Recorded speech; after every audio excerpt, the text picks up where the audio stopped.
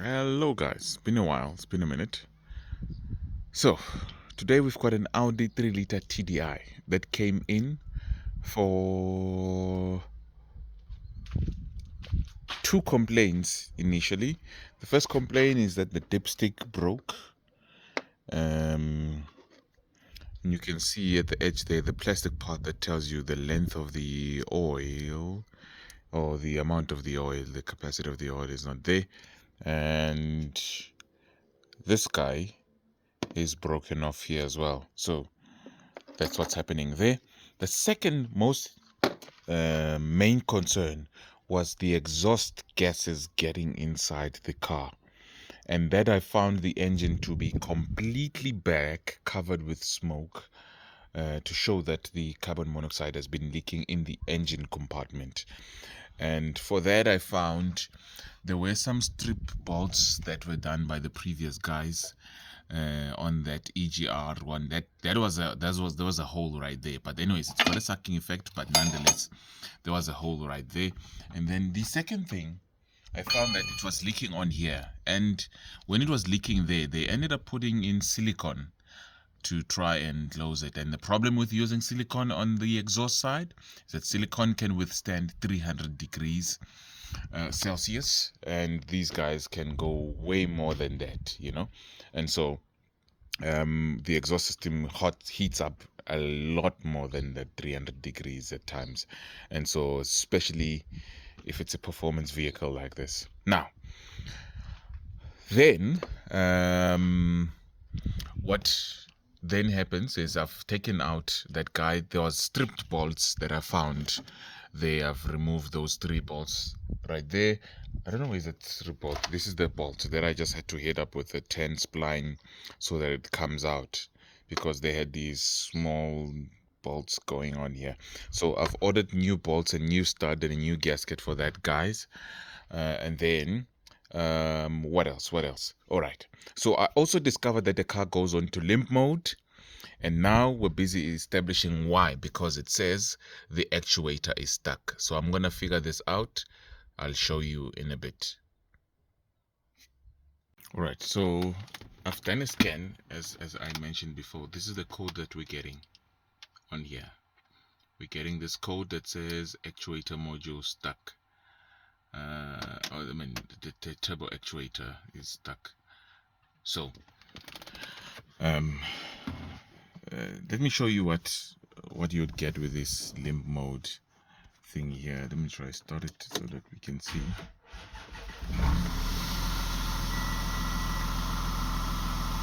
I don't know if it's gonna show it.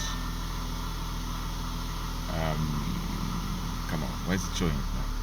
Why is it not showing it? This thing is sneaky. It's still on limp mode. I don't know why it doesn't want to behave. And it's like slow when you accelerate on it. It drives like a grandma. Okay, I don't know if you saw this light here. This one that's going to show here, that one. So it will keep flashing that light when it's on limp mode. It will flash that light continually until you sort out the issue. Excuse the noise that's coming from the front. It's normal for it to have the noise because remember we haven't connected the turbo. Now all right, so on here we'll see here, as you can see here, on here we are getting this turbo actuator that is getting stuck there. Now guys, on here I'm just going to assume the worst of the worst here, because I don't know the guys that worked on the engine.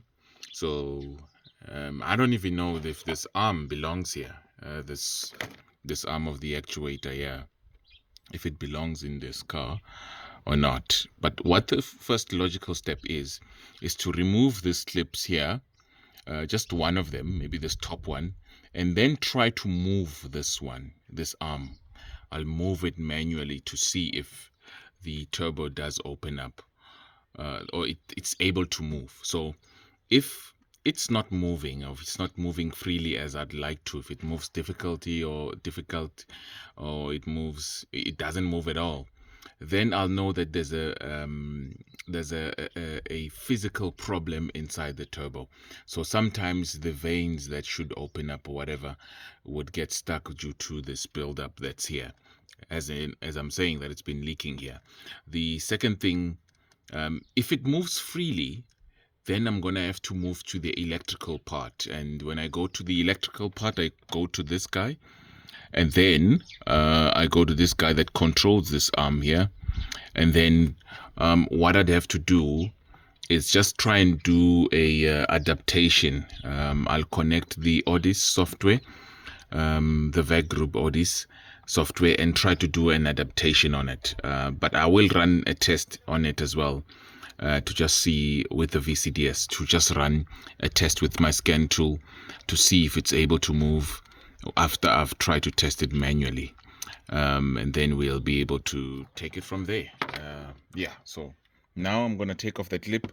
I'm going to have to do it. And then, guys, with those small clips here that go on there, right there, those clips, be very careful of that, guys. These guys, they will get lost in the most weirdest places, and they will make your life a living nightmare looking for that small clip, I'm telling you. So I'm gonna remove it carefully and then take it from there. Yeah. All right, so finally got to this part of disconnecting the arm so that I can test if this guy can move manually and freely. And it moves so beautifully. It moves so beautifully. However, I saw these bolts were loose. So there's these 3 10mm bolts. I'm going to show you now. These 3 10mm bolts that were tying this guy. So I saw them as loose. And I wanted to figure out, why is it loose? And at the bottom there, we can see why it was saying actuator stop. And why it was failing immediately. I don't know if you can see that. I'm going to try and see. Sorry for the shakiness. If you can see that, the actuator itself, that the way it connects, it's cracked where it connects. I'm going to pause it and just take it out so that you can see it closer. Alright, so the actuator is in. Right, so the actuator is finally out. As you can see, it has been broken here. And I tried to put some silicone on it to try and see, to try and save it on the. So we need to replace this guy. We definitely need to replace this actuator and put in another one. Yeah, we need to replace it. Yeah, we need to replace this guy and see how is it gonna behave. Because you see, being like this now, the question is, how do you tell where? Because even the clips are broken on this connector. The clips are broken, so you technically, without this guy, you can't tell if you're connecting the cables properly when you connect like that, or when you connect like this. So it's either you're connecting like that or like this. So which one is the correct one? You won't be able to tell without this guy. And obviously a small bump or whatever would pull this guy out. So we need another one of these guys, this actuator. So I figured out the way this guy should go in. He should go in like this. And the clip basically means, okay, it clips on the sides here, that's not a problem, but it obviously can't clip at the moment, but at least I've got it fitted the right way. So what I'm gonna do now is I'm gonna just clear the code and see if this guy wants to work.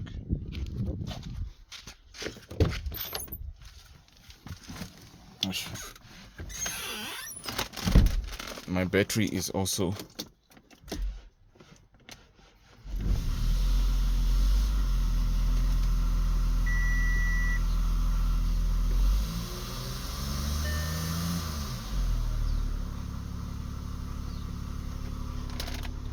see if it allows us to clear it.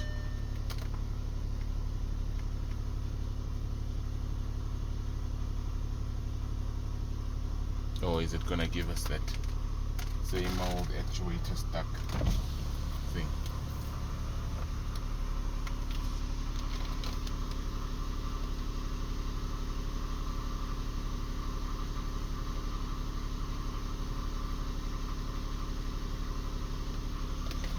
Come on. Is my cable plugged in? Yeah. It's just slow to connect in there. Let's see if we clear it. For the first time, it does clear. And it doesn't come back. Okay.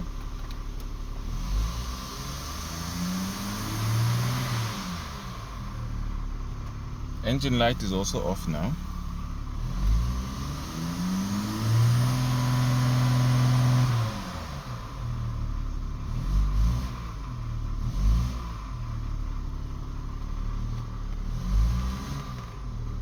So if we go back out and in, okay. So I think what I'm gonna do next, I'm just gonna pull my laptop to the outside. I'm gonna pull my laptop to the outside and then just see if I cannot do some tests on these things. Do a test on the actuator itself. So I'm gonna just have my laptop here so that I can run a test on this guy, see if it actually works. Okay, so we've got the laptop out here. We've got the actuator right next to me here, and then I just need to try and see if I cannot do a test on the actuator here. See output tests. Would it allow me to test the turbo actuator? What is this one? Let's see.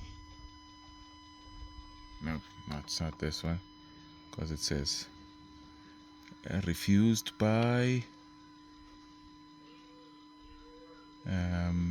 engine refused it. Intake runner control throttle valve.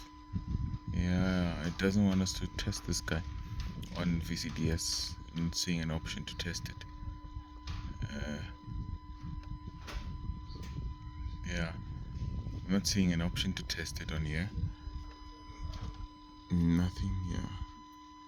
Out of these things here, I don't see an option to test, because I'm only seeing one that makes sense to me, is this turbocharger one exhaust. But when you try to start the test, if you can see that here, when you try to start the test, it just says refused by control module. Yeah, bummer. Look at how this thing is selling me.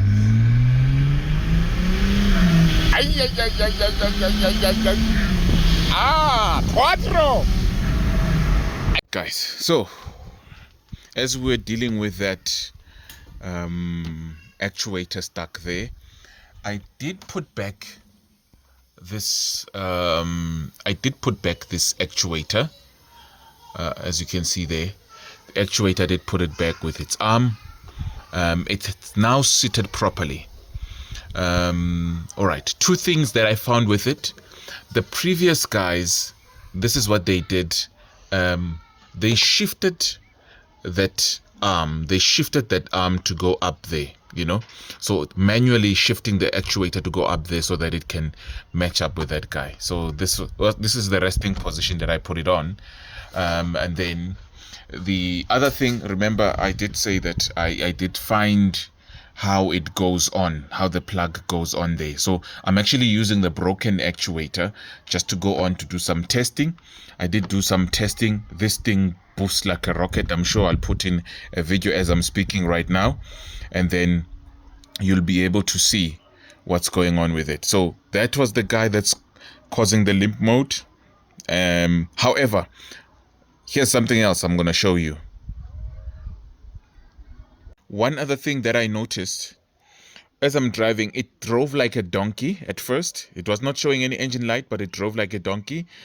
And then I unplugged the MEF sensor, and after I unplugged this guy, it boosted like a rocket. So I've just got a MEF sensor cleaner spray. I've used it on here.